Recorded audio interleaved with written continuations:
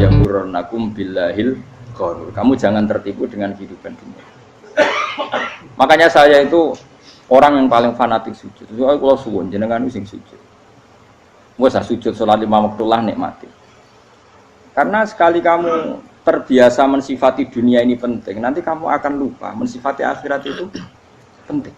Dan itu awal kamu tergelincir dari ansawa isabil, dari jalan yang benar. Makanya tadi pepatahnya orang sufi apa? An-nasu niyamun wa idza matu indah. Manusia itu tidur, kalau mati baru. Terus contoh kedua begini. Kenapa Allah begitu murka ketika orang tidak mengerti hak-haknya Allah? Bukan karena Allah anarkis atau keras, tidak. Memang secara akal pasti begitu. Saya sampai tak beda ini. Lihat contoh gampang-gampang saja, tak wari logika. Kalau ada orang buta lewat kemudian nabrak tembok, karena apa? Karena buta kan? Buta itu maknanya apa? Tidak tahu.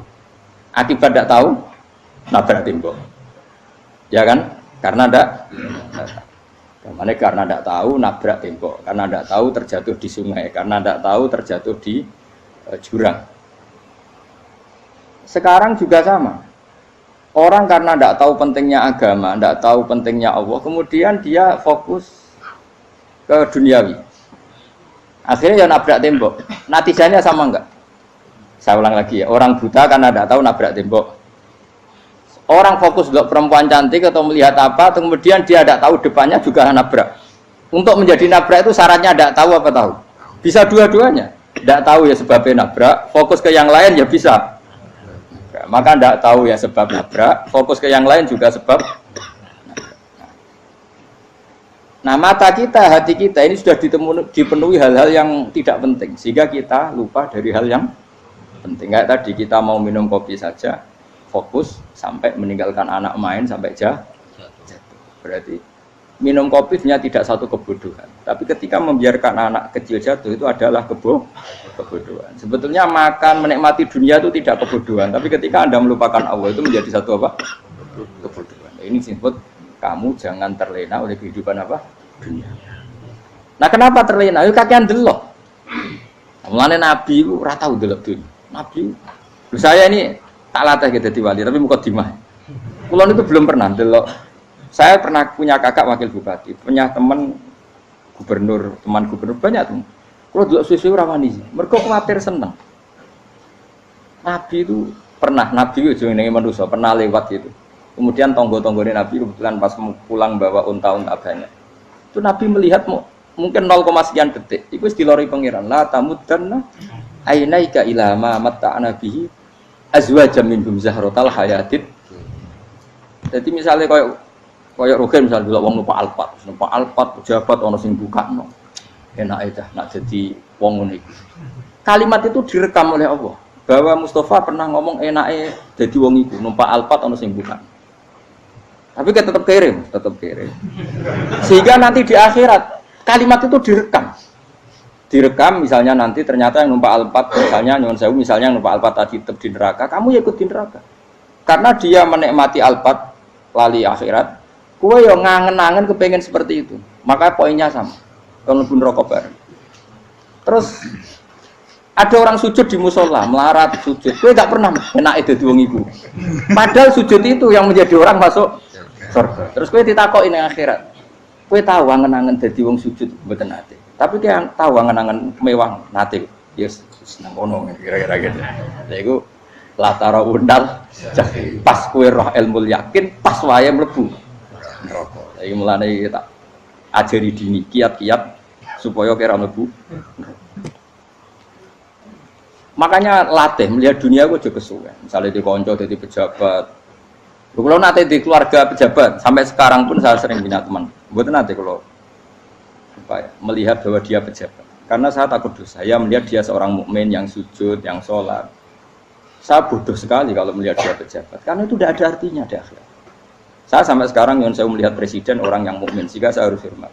Saya melihat bupati orang yang mukmin, sehingga saya harus hormat. Melihat sampean ini wong sing mukmin, malah gue jalalan barang ini sudah mukmin plus. Jadi rasa tiga ekor tuh pinter gue jalalan. Jalalan gundul bisa gaya bisa. Gundul ora ono maknane. Oh anu gak angger wong iso maca kitab apa? Gundul. Jos lah. Jadi saya ulang lagi ya. Makanya saya itu nanti kalau sampean alim sudah kayak saya, itu pasti nggak bisa nggak kagum sama sahabat. Sahabat itu, apalagi Rasulullah ya tentu. Sahabat dulu aja yang gampang ditiru. Sayyidina Umar ketika ditusuk oleh siapa Abu Lu'lu siapa? Al-Majusi. Abu Lu'lu itu seorang Majusi. Dan Umar itu orang pendendam. Dia orang pendendam. Tapi tentu karena dia orang baik, ya pendendamnya hal-hal yang baik. Coba kalau kamu ditusuk orang itu dendam nggak? Kira-kira sebagai manusia kan dendam. Itu tanyanya begini sama yang ya taruh sekarang orang dekatnya. Yang bunuh saya tadi siapa? Oh itu Abu Lu'lu Al-Majusi, Hulamul Muhirah, dia budaknya Muhirah. Majusi, iya ya Umar. Dia sudah mau mati. Itu ngetikan gini, sama siapa alteknya? Alhamdulillahilladzi lam yaj'al maniyati biyadi rajulin sajadalaka sajdah yuhajuni biha yaumal qiyamah. Ya Allah, terima kasih sekali ya Allah. Engkau mentakdirkan saya dibunuh oleh orang yang enggak pernah sujud. Kalau saja dia pernah sujud, maka dia berhak menuntut saya dengan sujudnya untuk masuk surga. Artinya gini, kalau dia ditusuk orang yang pernah sujud, misalnya Sayyidina Umar kok ditusuk oleh Ruhin, kemudian Umar masuk Ruhin masuk neraka, aku tetap pedih Gusti. Isowai sujudnya dia menjadikan nggak berhak masuk neraka. Artinya Umar sangat hormatnya pada sujud, dia nggak berani. Jadi kira-kira kok Umar sujud kue, kok kira-kira rawani masuk anak kue mlebu neraka. Piye-piye di kekuatan sujud yang mempotensikan tetap dia masuk surga. Makanya dia seneng, dendamnya kesampaian. Syukur lah anak sing mateni aku ora tau sujud. Jadi tak patut nang neraka langsung gludeng ngene kira-kira gitu. Saking hormatnya ambek sing jenenge sujud. Tapi kita sekarang enggak. Rawong ning musala sujud, ya jeneng wong nganggur. Otak kita ini sudah PKI lah kamu. PKI halus. PKI yang tanpa kartu, paham? Makanya Allah kalau muji sujud, enggak sampean tak latih supaya baca Quran yang benar. Kayak apa Allah bikin Ka'bah? Kayak apa mulianya Ka'bah? Itu dibikin Allah untuk apa? Lil akifina wa satusai warrukais sujud, dan untuk orang-orang rukuk dan sujud. Ketika Allah menurunkan rezeki di bumi dan di langit, itu perhitungannya Allah masih itu asli. Rabbana liyuqimus shalah faj'al afidatan minan nas tahwi ilaihim warzuqhum minas sama. Gusti, ben nak sujud ku kuat. Piye-piye menungso nak ramangan ra kuat. Nak is kuat dia tenaga yo ben sujud. Liyuqimus shalah. Ketika Allah muji orang baik, atta ibunal abidunal hamidunas saihuna satrusé arraqiunas sajid. Yang rukuk yang sujud. Karena tadi ketika nanti Anda di akhirat, kenangan terbaik Anda di dunia itu hanya sujud. Liane itu coba misalnya kene akhirat terus video disetel sih. Pas kongkoi-kongkoi ini perapatan. Bariku nglamonem disetel. Beda di pegawai negeri. Ngayal gajine sakmene, engko sakmene nggo wayo. Wan terus rekam kabeh. Oh ora sini-sini wong. Terus tokoh idola sing duwe wae sing tumpakane Alfa di sekretaris saya. Iku mbok nang utakem iku berpuluh-puluh tahun. Dan itu jumlahnya poinnya misalnya 100.000. Bareng idol anu Kanjeng Nabi mau 10%, cuma gayanya mau coba sholawat. Tapi sebetulnya agak tahu bayang no ini miskinan Mbak Amit nih miskinan. Gayanya mau coba sholawat tapi teke ora tahu kepengen melarat koyo. Itu direkam. Makanya dari Habib-habib sing alim-alim niku almar'u ma'aman ahabba hada targhib wa tarhib. Kita ini kan sering dimotivasi mubaligh. Mubaligh itu kan saya naik dewe nak ngomong. Harus pokoknya seneng Nabi swarga. Dari Habib-habib sing alim nak ngritik, masalahnya dawe mu almar'u ma'aman ahabba. Wong dibarno wong sing diseneng. Apa kamu bisa menjamin seneng Nabi saudure seneng wong-wong itu? Jangan-jangan kita lebih berkeinginan seperti orang tertentu yang kaya raya, yang terkenal, yang hebat. Meskipun kowe oleh sana muni seneng Kanjeng Nabi. Jangan-jangan status cinta kita terbukti ke orang itu. Iya toh misalnya gambarnya pasang neng kamar, wah, partai, wong kuasa. Terus kue nyumbang masjid nyuwun sewu mau 50.000, tapi bareng nyumbang untuk kemenangan orang itu 10 juta. Nyebut wong itu satu hari 100 kali, nyebut Nabi bedak sholat. Warung dihitung, dipoling mbek malaikat, disurvei buat dipoling orang pokoknya. Dengan cara begini status senangnya orang ini ke siapa? Ya, ono pengajian sholawatan nyumbang 50.000. Nanggo pemenangan. 1 juta. Diundang hayya ala sholah mlaku ngenteni komat. Tapi nak diundang acara kampanye teko ngarep sedurunge 2 jam. Baru sekian di polling, terus kadar cintamu ke siapa coba? Dari sekian indikator misal cara polling. Jangan-jangan diputuskan lebih seneng ke itu. Ya sudah almarhum aman.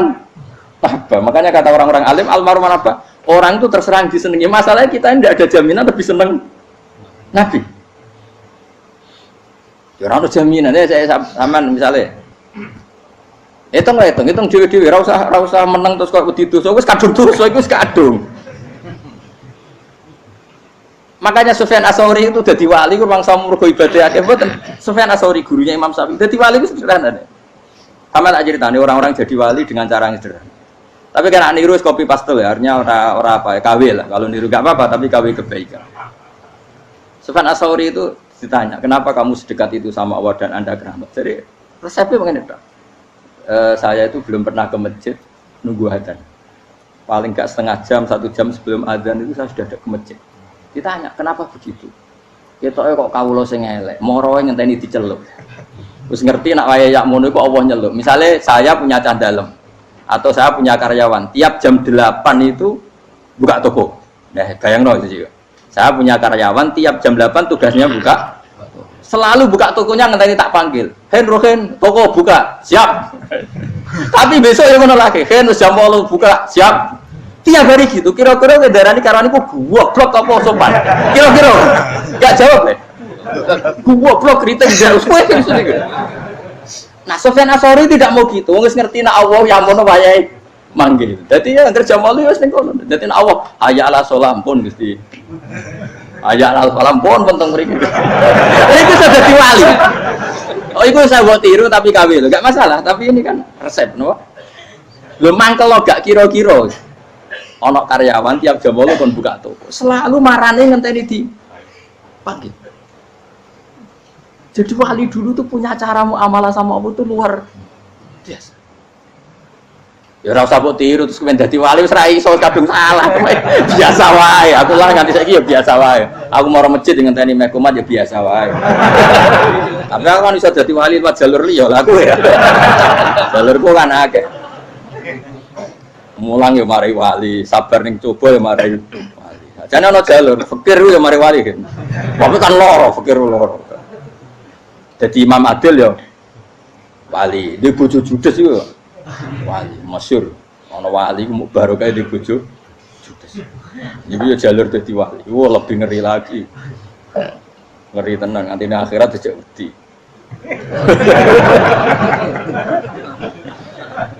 Jadi anak jote wae kan. Para suami takut istri silakan baris sing wis baris bareng sing wedok. Pak rene lho tetep moro-moro. Wong wedi bojo kegawangan ini akhirat bahaya, you know. Yes. Bahaya wedi bojo nganti kegawan apa? Teng akhirat.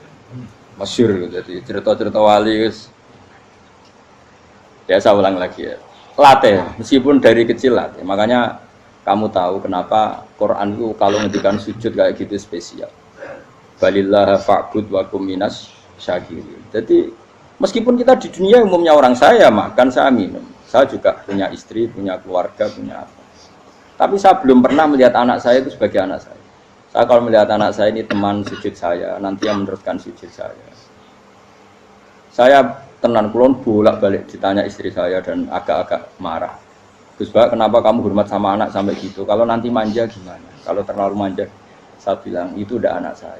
Itu nanti yang meneruskan sujud saya, meneruskan rukuk saya. Saya nanti pasti mati dan saya butuh di bumi selalu ada yang sujud sama Allah. Dan itu yang paling dalam otoritas saya itu anak saya. Orang lain itu enggak dalam otoritas saya. Jika kita melihat anak itu ini penerus sujud saya, penerus rukuk saya. Kita enggak sudah duniawi sekali. Rumah tanah, anak tua ben di rumah. Kapitalistik. PKI lah pikirannya yang ngono, Cina yang ngono. Wong fasek-fasek ning dalan yang ngono. Kowe nggawa jalalan ngalor itu pakai ngono. Jadi dulu itu kalau para nabi donga fahab li milladunka waliya yarithuni wa yarithu min ali Yakub, seorang turunan yang meneruskan tradisi sujud, tradisi. Sehingga ulama-ulama dulu kalau ndongakno anake ya min ahli sujud, wa min ahli Quran, wa min ahli sunnah napa? Enggak apa-apa kowe seneng donya gak apa-apa. Ora usah tak warai wis seneng dhisik. Paham? Dadi iki ora usah cara Gus Bak ra apa-apa. Ora usah tak arani ra apa-apa wis mbok lakoni. Makanya pulau suwun sangat sujud itu luar biasa. Nanti kamu di akhirat kenangan terbaik Anda di dunia adalah pernah apa? Sujud. Bayangkan kalau itu jadi orientasi Anda. Anda berpolitik, cek melok partai Gerindra, cek Golkar, cek PDI supaya jadi penyuara sujud tidak dilarang di Indonesia karena umat Islam mayoritas. Saking mayoritasnya sampai pejabat rasolatnya rawani. Gara-gara pejabat rasolat bakal dipilih. Itu berarti kamu berpolitik niat bikin satu pressure supaya standar orang benar adalah sing nopo sujud itu ya benar. Kok yang kaya kerja biar bisa beli tanah untuk masjid, yang orang miskin ikut menopang supaya masjid itu berdiri. Semuanya orientasinya menuju apa? Sujud. Jadi tidak sujud itu harus jadi wong khusuk sing goblok terus sujud terus. Tahu-tahu negara dikuasai komunis misalnya, terus akhirnya sujud gila. Termasuk menciptakan satu suasana Islami di negara ini juga berarti menciptakan keberlangsungan sujud. Karena dengan suasana Islami berarti sujud tidak dilarang, bahkan dianjurkan dan sebagainya. Ini penting saya katakan karena kalau tidak diingatkan ruwet. Nabi itu pernah punya anak dalam. Anak dalam itu setelah mau boyong terus santri itu ditanya, kamu minta apa sama saya? Ya Rasulullah kasih waktu 1-2 hari mau saya pikir. Karena yang menanyakan orang yang Sayyidul Awwalin wal Akhirin setelah sekian 2 hari, minta apa kamu? Jalur Anda gak tanggung-tanggung. As'aluka murafaqataka fil jannah. Saya minta jadi temanmu di surga. Oh Nabi kaget tuh. Kok kalian diwarai wong? Mboten nanti sing marahi. Kok nang kowe diwarai wong ndak ada ya. Terus. Kenapa kamu minta itu? Kata tadi, kalau saya minta dunia itu nanti zailah. Dunia itu pasti hilang, faniyah pasti hilang. Maka yang abadi adalah saya jadi temanmu di surga. Tapi apa kata Rasulullah jawab? Fa'inni ala nafsika bikasrotis sujud. Ya sudah kamu bantu saya, kamu memperbanyak sujud. Kayak apa? Nabi pun mintanya fa'inni ala nafsika bikasrotis sujud. Saya bantu untuk menolong diri kamu memperbanyak apa? Sujud. Makanya di pertama surat turun itu ada wasjud. Kamu bersujud dan kemudian mendekatlah kepada Allah. Tapi sekarang enggak. Karena kita kena hijab duniawi, mitra penting, semuanya penting dan semuanya penting itu makna di hati kamu adalah hadzun. Bahkan ngidolakno kiai perkara hadzun nafsu, kowe nak dadi kiai gede. Wah, teko ditolak Al-Badru. Wale napu pidato MC ne muni Saiful Fadilah wal Karomah, mbah sauni-unine MC. Bariku disangoni dihormat. Tekan muji ulama wae dari segi dunia. Ya, bariku iso wayo akeh macam-macam. Tekan saya elek, tekan muji ulama wis dari segi. Makanya saya ini termasuk ulama, kalau kan saya ngebis biasa. Kalau jarang kerso di panggungnya, seneng dulu. Supaya semua ulama udah dipandang secara apa? Dunia. Saya sampai sekarang ngedus anak kulo biasa. Teng pasar gitu biasa. Kulo marung teng pasar mangan gitu biasa. Nak seneng kulo ben atas nama wong alim karena apa? Kalau kita terlalu menikmati dunia, lama-lama orang seneng ulama juga dari sisi dunia. Keren, jadi kiai teko disualami dicucupi munggah. Ya enggak apa-apa itu enggak dosa tapi takut saya elek-elek ini ngidolakno perkara duniawi, show-nya itu lho, Pak. Jadi ngene tak pikir teko ngaji bar wis warmu paham karemu ora karep. Mulan ngarep ngaji karemu. Mesti rugi kowe ya, aku tenang ae aku. Ben orang itu latihan ikhlas, napa? Latihan. Kalau kadang gitu protes be tiang-tiang. Gus, jenengan sekali-kali nak tidak tak derekno kok umum. Aku itu tidak mengharamkan itu, meneh kula dereng tuwa. Dereng haji malah turun, topa meneh. Dalane ra roh dereng kiai malah ngel-ngel. Ngurusin tahu tak kon derekno ning kota, tak kon sepeda motor hen terno ning gone Malibur. Dalane ora roh malah yo neraka. Lha kene dalan akhirat ora roh donya ra roh. Lah tak koyo wong ijo urip.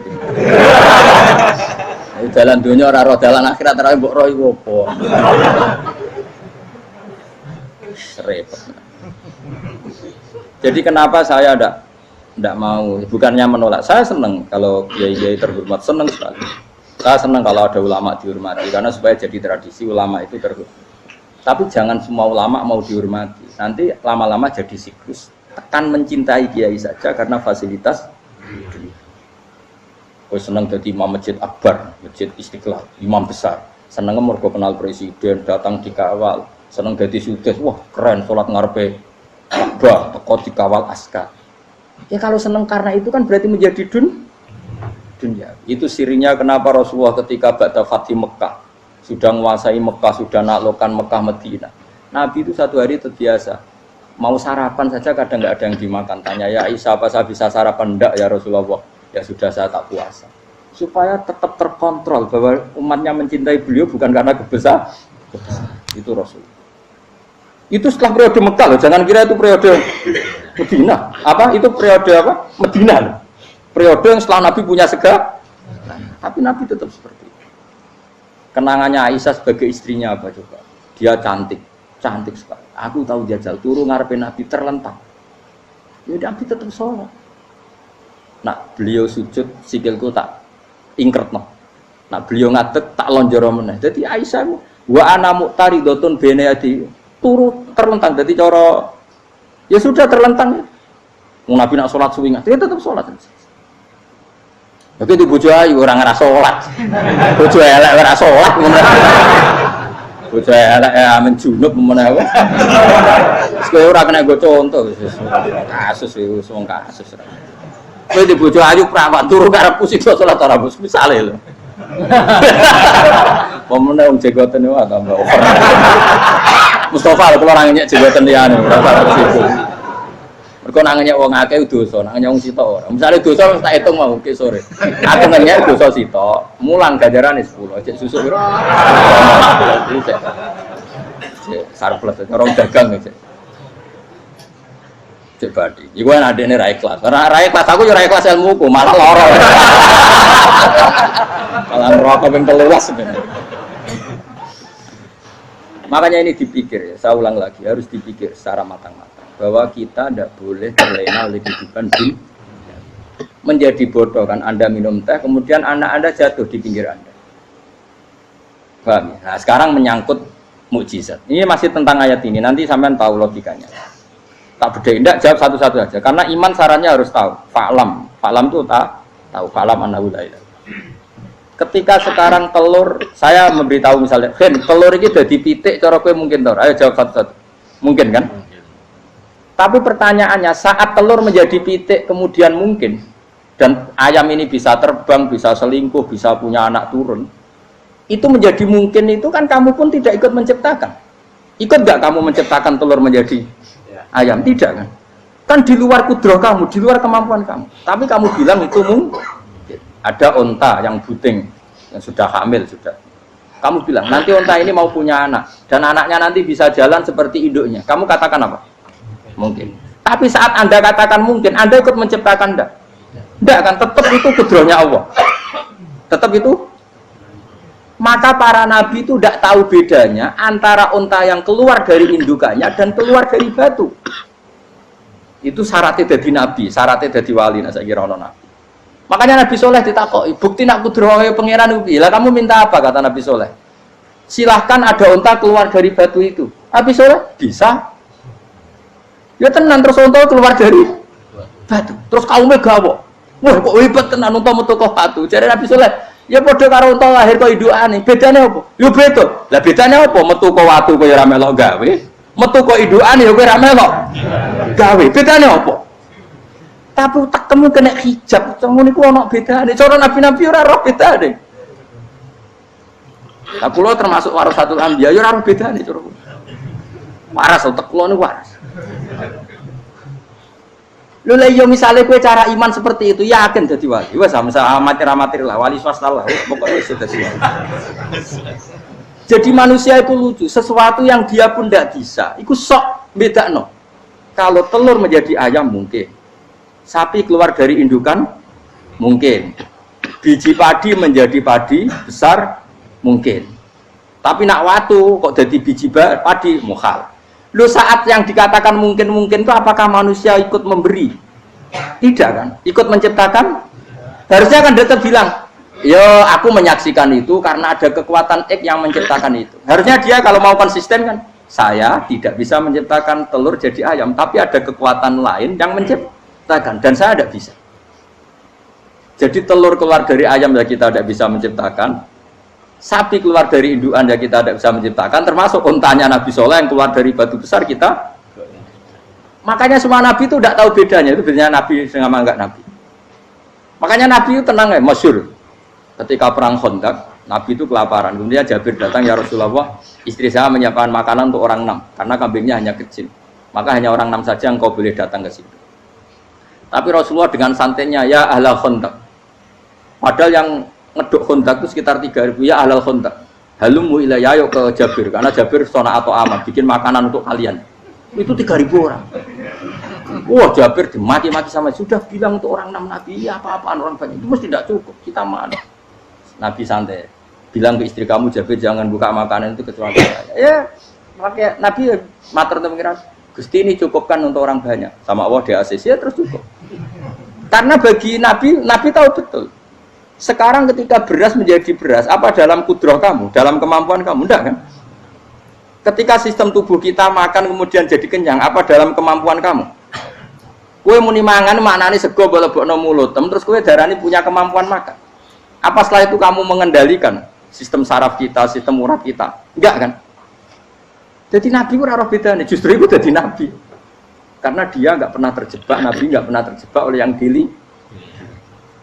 Makanya cara pangeran wa ma min dabatin fil ardi wala ta'iri yatiru bi janahihi illa umamun amsalukum. Ketika orang kafir minta bukti kudrohe Allah iku apa? Kanjeng Nabi didono manuk. Lah manuk terbang bukti kudrohe Allah. Ya biasa manuk terbang, wis suwe nak manuk terbang. Bukti kudrohe ning ndi? Iku teke wis emper. Lha bukti kudrohe ya kowe ora iso gawe kan?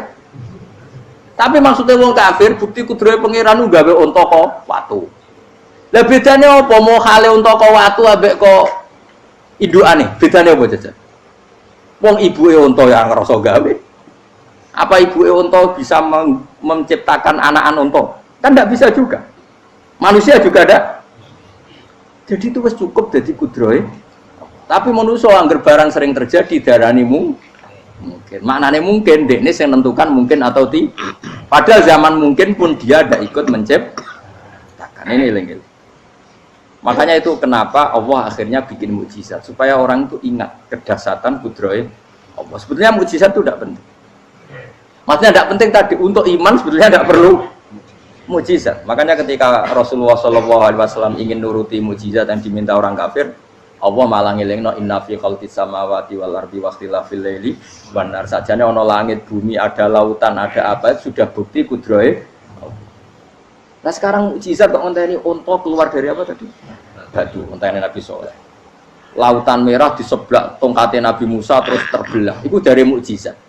Kalau itu maknanya mukjizat karena manusia tidak mampu, apa manusia mampu bikin lautan? Kan tidak mampu juga. Kenapa itu tidak dikatakan mukjizat? Lagi-lagi karena wis kena mataul huruf. Paham jelas ya? Makanya kata Allah, saiki wong ora percaya hari kebangkitan. Alasannya masa manusia jadi tanah menjadi manusia? Memangnya manusia yang sekarang hidup itu dari apa coba? Sehingga nado melok pilek, pilpres, melok dukung mendukung itu memangnya dari apa coba? Dari tanah kan? Mestinya hari kebangkitan sejati ya sekarang ini orang-orang dari tanah sekarang berkeliaran ini harus go jalalan ngalor ngidul maknani. Itu yo kok lemah. Kemudian setelah jadi tanah mati orang engkar, wah ini nggak mungkin jadi manusia lagi. Padahal zaman sekarang jadi manusia itu karena kudrohnya manusia apa karena Allah? Karena Allah. Dan manusia sekarang dari tanah apa enggak? Dari tanah. Harusnya ya berpikir seperti itu. Kalau kudrohnya Allah bisa menjadikan manusia sebanyak ini dari tanah, tentu Allah tetap mampu nanti setelah jadi tanah menjadi manusia. Itu malah kula nu wedi urip nggih wedi tenan. Karena tadi dari hidup menjadi tidak tahu. Annasamun wa idza matu tidak tahu. Kita semua hanya tidur, setelah mati baru karena baru tersadar. Makanya analogi itu penting, kias itu penting. Ya saya beri contoh berkali-kali, saya menyontohkan. Sampean tak warai hujah ulama. Nanti pasti sampean taslim itu pasti nyerah. Kalau kamu disebut jeleknya oleh orang lain, kamu mangkel nggak? Mangkel kan? Itu Imam Ghazali gini, kamu tak kasih resep supaya kalau ada orang mengingatkan kejelekan kamu itu tidak mangkel. Apa itu resepnya? Misalnya gini, di baju saya ini, inna fi thawbika akroban wahayatan. Di baju kamu itu ada kalajengking yang berbisa atau ada ular yang berbisa. Ada orang mengingatkan itu. Kamu terima kasih apa enggak? Terima kasih. Karena ada sesuatu yang bahaya di diri kamu, diingatkan, dan karena diingatkan itu Anda terus bisa menghilangkan sesuatu yang bahaya tadi. Sekarang kamu punya sifat hasud, sifat dengki, sifat riya, sifat-sifat yang buruk. Itu sesuatu yang mencelakakan kamu di akhirat. Kemudian ada orang mengingatkan itu, harusnya kan kamu matur nuwun karena sifat yang buruk kamu diingatkan, kemudian kamu berusaha Wong diingatkan ada kalajengking yang hanya madorot di badan kamu saja kamu terima kasih, ini diingatkan ada hasud dengki yang madorotnya dunia akhir, kamu tidak terima kasih. Jadi itu ulama dulu. Jadi kalau bikin hujah itu gampang sekali. Jika ulama dulu kalau berdebat kemudian diingatkan temannya, kalau dia salah misalnya, itu ya tenang saja. Karena mereka cukup punya akal, punya analogi untuk nganggap itu biasa. Kayak diingatkan ada kalajengking di tubuh kamu. Kamu matur nuwun nggak sama ingatkan? Tadi saya ngaji sore, ngaji di sini cerita. Kila itu Imam Ahmad. Itu begitu mudah mereka iman sama Allah dan Rasul. Maka yu'minu billahi wal yaumil akhir falyukrim apa? Jaru. Kalau kamu iman sama Allah dan Rasul, maka muliakan tetangga. Itu ada seorang ulama dipanggil tetangganya, ayo ke rumah saya. Setelah sampai, dah pulang saya tidak jadi butuh. Sampai di rumahnya dipanggil lagi. Ke situ lagi, dah pulang lagi saya sampai 3 kali. Itu si ulamanya senyum-senyum santai. Ketika pemuda tadi insaf dan minta maaf, kenapa Pak Ulama kamu kok tenang saja? Jawabannya enggak. Kata Rasulullah, saya disuruh hormat tetangga. Saya senang sekali bisa melakukan perintah Rasulullah. Jadi saya nurut kamu itu tidak ada urusannya dengan kamu, karena perintahnya Rasulullah. Nangis pemuda tadi. Kalau kita kan enggak, gengsi dong, giambar. Ini kan kita gayanya mulai sunnah Rasul, tapi uteknya uji hadun. Nah kalau kamu sudah gitu, tak daftar udah wali, mbok KPU-nya oleh nyetujui mbok kapan roh nanti. Daftar. Saya ulang lagi, jadi kamu harus terbiasa dengan kias yang diajarkan Quran ya. Jadi ketika bibijian jadi pohon besar, itu pun kamu katakan mungkin. Padahal ketika kamu katakan mungkin, kamu pun tidak ikut menumbuhkan bibijian jadi pohon asam yang besar. Itu menunjukkan kudrohnya Allah. Artinya sebetulnya kamu hidup semuanya itu hanya menyaksikan kudrohnya Allah tanpa kamu memberi kontribusi. Kenapa kamu yang menentukan mohal dan tidak mau? Harusnya mau taslim, menyerahkan diri, nak kabeh mau nyekseni kekuasaane Allah. Itu sing dimaksud Quran apa ya tanazzalul amru bainahunna lita'lamu annallaha ala kulli syai'in qadir wa annallaha qad ahata bi kulli syai'in ilma. Alam raya dibikin variasi kayak gini, mau tujuannya Allah supaya kalian menyaksikan kemampuannya. Warna jelas ya. Makanya ketika ada pangeran, ketika bumi yang sudah mati tak hidupkan dengan hujan, begitulah kadzalikan nusyur. Ya kira-kira seperti itu proses sesuatu yang mati menjadi hidup lagi. Jangan lupa untuk tinggalkan komentar Anda dan klik like jika kalian suka. Silahkan share dan bagikan ke teman-teman Anda. Untuk berlangganan kami, silahkan klik subscribe channel Ngaji Kiai. Wassalamualaikum warahmatullahi wabarakatuh.